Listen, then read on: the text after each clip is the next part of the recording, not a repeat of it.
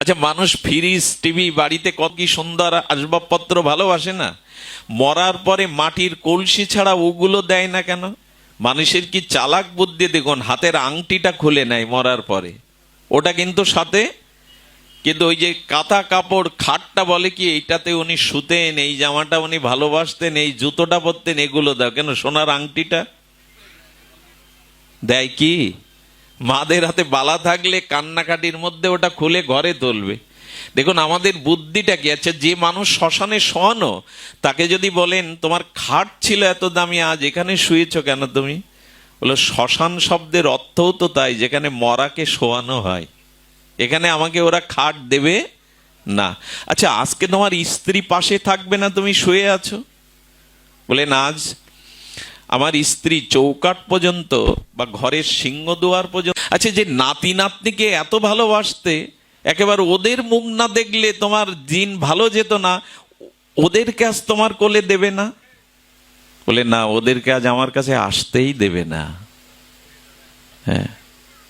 আচ্ছা, তুমি তুমি আজকে এখানে তোমার জন্য আহারের ব্যবস্থা নেই।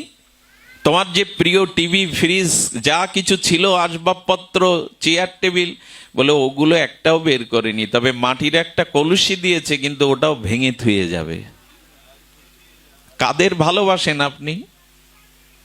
যারা আপনাকে ভালোবাসতে পারে না, সেই বাড়ি গাড়ি জমি সম্পত্তি টাকা সোনাকেই ভালোবেসে গেলেন, যারা এক বিন্দু আপনাকে ভালোবাসতে পারে না। এই জন্য রামপ্রসাদ বলেছিলেন, পৃথিবীর কেউ ভালো তো বাসে না, এ পৃথিবী ভালোবাসিতে জানে না। আর দ্বিতীয় ভালোবাসি আমরা ব্যক্তিকে, স্ত্রী পুত্র পিতা মাতা সজ্জন কুটুম্ব এদেরকে, তাই তো? ব্যক্তির ভালোবাসার মধ্যে তিনটে অভিশাপ আছে।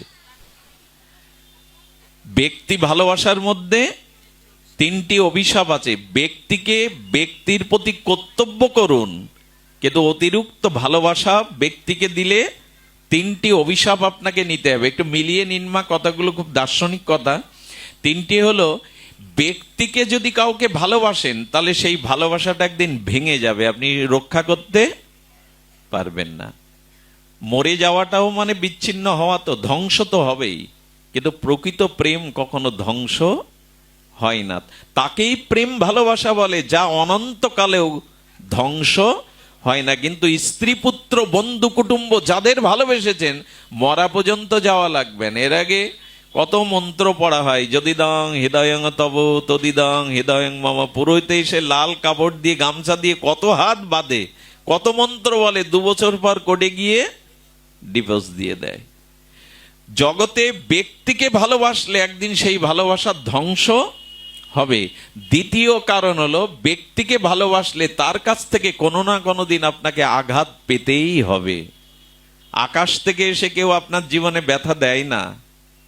আজ এই ব্যথা পাওয়ার জন্য কতজন আত্মহত্যারও পথ বেছে নেয় জীবনে, এত বড় মূল্যবান মনুষ্য জীবনটাও শেষ করে দেয় এই জাগতিক ব্যক্তি ভালোবাসার কারণে। ব্যথা পেতে হবে, ধ্বংস হবে। আর কি আসবে জানেন?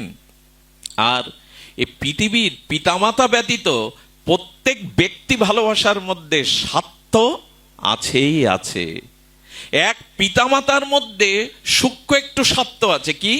এই ছেলেটা আমাকে বৃদ্ধাশ্রমে দেবে না, এই ছেলে অন্তত আমার মুখে 2 মুঠো দেবে, অন্তত এই আশাও তার আছে। নিঃস্বার্থ ভালোবাসার দৃষ্টান্ত পৃথিবীতে পিতামাতা ছাড়া দ্বিতীয় যদি দেখাতে পারেন, আমি ব্যাসাসন ছেড়ে চলে যাব। এক পিতামাতা ব্যতীত জগতে কেউ নিঃস্বার্থ ভালোবাসা আপনাকে বাসে না। স্বার্থের কারণে এই ভালোবাসা চুক্তি করা। পিতামাতা ব্যতীত জগতে যাকে ভালোবাসবেন তার একটা চুক্তিনামা আছে, যতদিন আমি তোমার কাছ থেকে সুখ পাবো স্বার্থ পাবো, ততদিন তুমি আমার। যেদিন থেকে তোমার কাছ থেকে আর সুখ আদায় করতে পারবো না, কিছু পাবো না, সেদিন থেকে এই চুক্তি ভঙ্গ। আশ্চর্য হতে হয়। আর চলচ্চিত্র জগৎ বলুন, যাদেরকে আমরা আইডিয়াল মনে করি, তাদের জীবনধারা দেখুন, কত নোংরামি নেমে এসছে তাদের। সকালে বিকালে তারা আপনজন ত্যাগ করে, প্রিয়জন ত্যাগ করে, স্বামী ত্যাগ করে। এই জন্য জগতের ভালোবাসার মধ্যে আছে স্বার্থ। তোমার কাছ থেকে সুখ পাই তাই তোমাকে রেখেছে, যেদিন আর তোমার কাছ থেকে সুখ আদায় করতে পারবে না, সেদিন আর তোমাকে ওরা মনে রাখবে না।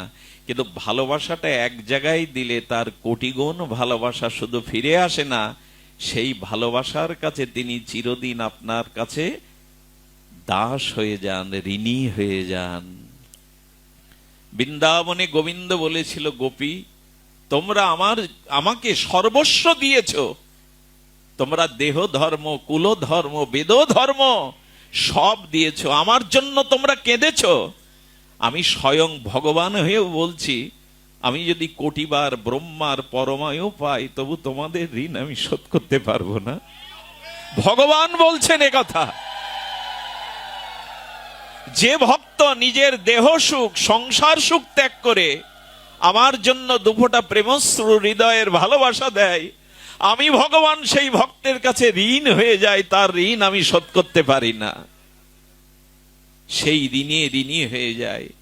এজন্য যাকে ভালোবাসলে, যিনি ভালোবাসার কাছে ঋণী হয়ে যান, চিরকাল আপনার ভালোবাসার মূল্য দেন, সেই ভগবানকেই শুধু ভালোবাসা হলো না। যারা বিপরীতে ভালোবাসে না, তাদের ভালোবেসে গেলাম সারা জীবন। আর যেখানে ভালোবাসাটা বাসলে তিনি ঋণী মনে করেন। গোপীদের বলেছিলেন, গোপী আসছে কলিযুগে, আমি তোমাদের চোখের এই প্রেমাস্ত্র বিন্দু, আমিও রাধা বলে কেঁদে কেঁদে, দুয়ারে দুয়ারে কেঁদে কেঁদে আমিও ঋণ শোধ করব তোমাদের ঋণ। যার জন্য দুফোঁটা প্রেমস্ত্র ফেললে যিনি কোটিগুণ অশ্রু বিসর্জন দেন, সেই ভগবানকেই শুধু ভালোবাসলাম না। বড় ভুল হয়ে গেছে জানেন, ভালোবাসাটা সঠিক জায়গায় আমরা দিতে পারিনি। যাদেরকে ভালোবেসেছি তারা ভালোবাসার মূল্যই বোঝে না। এই জন্য দয়া করে অনুরোধ করব, হৃদয়ের যে স্বতঃসিদ্ধ ভালোবাসা, স্নেহ, মমতা, ওটা ভগবানকে দিন।